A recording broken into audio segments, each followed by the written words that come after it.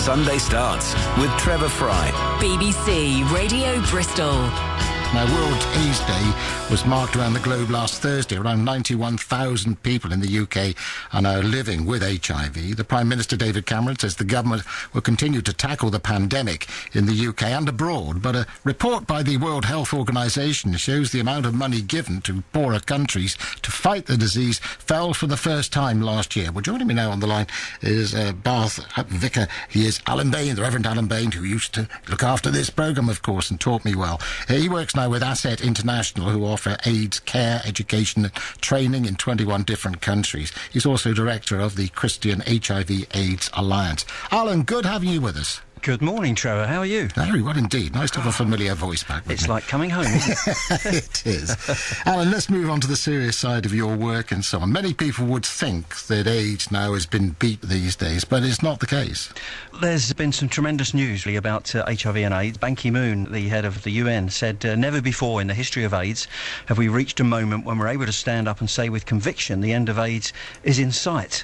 And Hillary Clinton and Desmond Tutu have all talked about an AIDS-free generation and the ends of AIDS being in sight.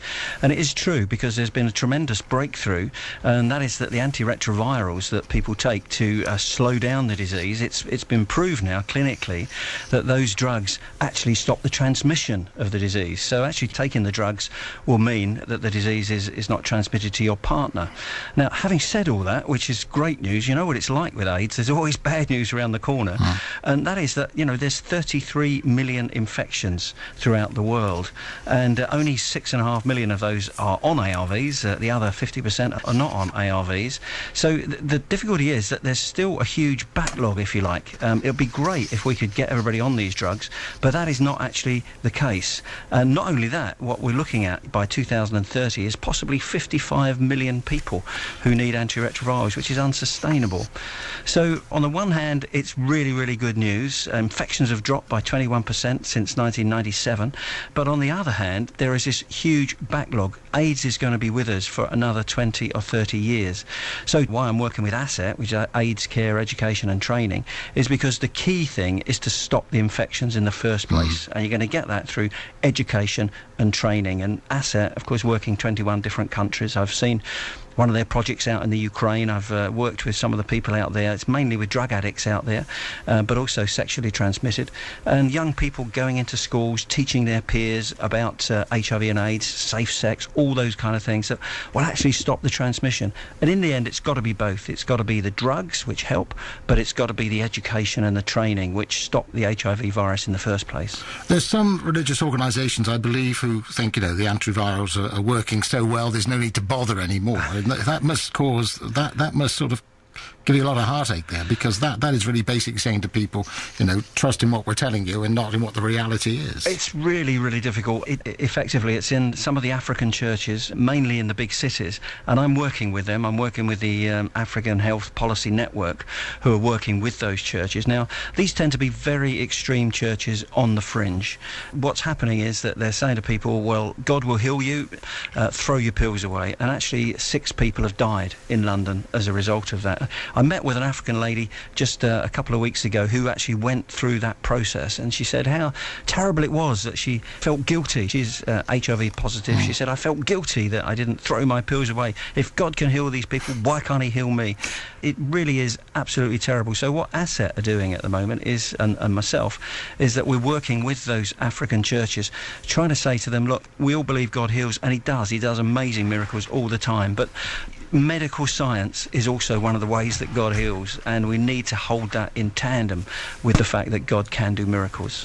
Why do you think it is that in this country we are pretty well educated, and our forms of communication are much greater than, as you say, in Africa and so on? But as I mentioned, there is a rise now, possibly 800,000 people in this country who have the infection, and that's expected to rise to another 100,000. So why do you think that is? Is that because people are ignoring the warning still, or what? It's trebled in Britain in the last 10 years, and it's rising all the time. I think there's lots of reasons. One reason is the reason that I said, that actually 50% of the infections are in African people, and many of them are bringing it over from Africa with them. So that's one of the rises.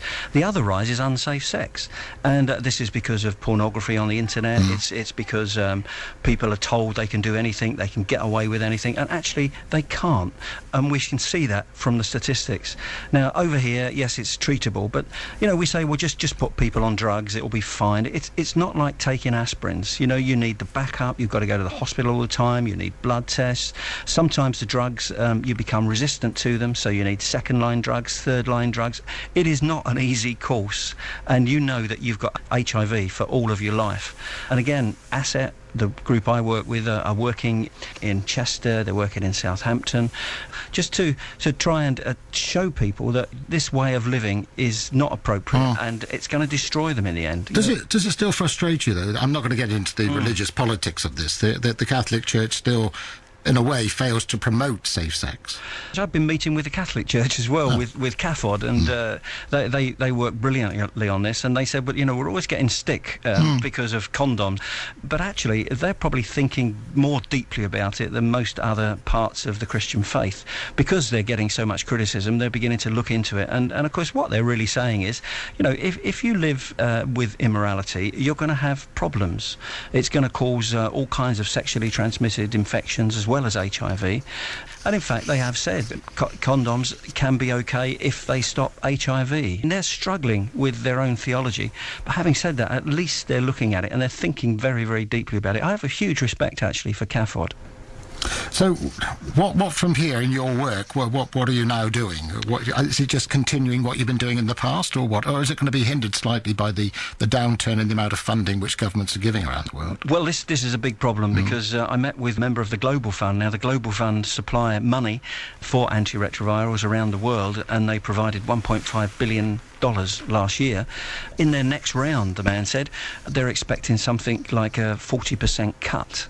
Now, the donations are voluntary from different nations, and they can't do anything about it, but a 40% cut in ARVs means hundreds and thousands of deaths throughout the world. So what ACET are doing, and what I'm doing with them and with other organisations, is to try and lobby and say, now, come on, you know, the end of AIDS is in sight. Don't give up now. We can actually do this. We could end AIDS in a generation if we keep the funding. And, you know, 1.5 billion, isn't that what the government paid for Northern Rock? and didn't we just buy it back for about 800 million? We're not talking about huge amounts here. If we had 2 billion, which is tiny, it would help enormously. Now, there are some countries in Africa, like the Democratic Republic of the Congo, where it's rumoured that the Global Fund will pull out completely. It's an unstable government, and, you know, they're not quite sure where the money's going and so on. But that means hundreds and thousands of people will have a few months to live, because after the HIV virus has set in, they're living on the drugs. When the drugs go, they simply have no future, and it may be just a few months before AIDS sets in. So what am I doing?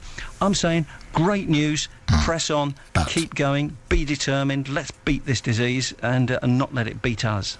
And don't ignore it. You know, it's, things are getting better, but they're nowhere near an end yet. And here in the UK, you know, we really have got to teach our young people. I mean, ACET are going into schools in Chester, and they're doing not just sexual relationships, but they're talking about relationships. You know, love is more than the sexual. It's to do with long-lasting relationships. That's why I work with them, because they're coming in with a Christian approach and saying, we've got to have a holistic approach to AIDS. It's no good just talking about condoms and safe sex.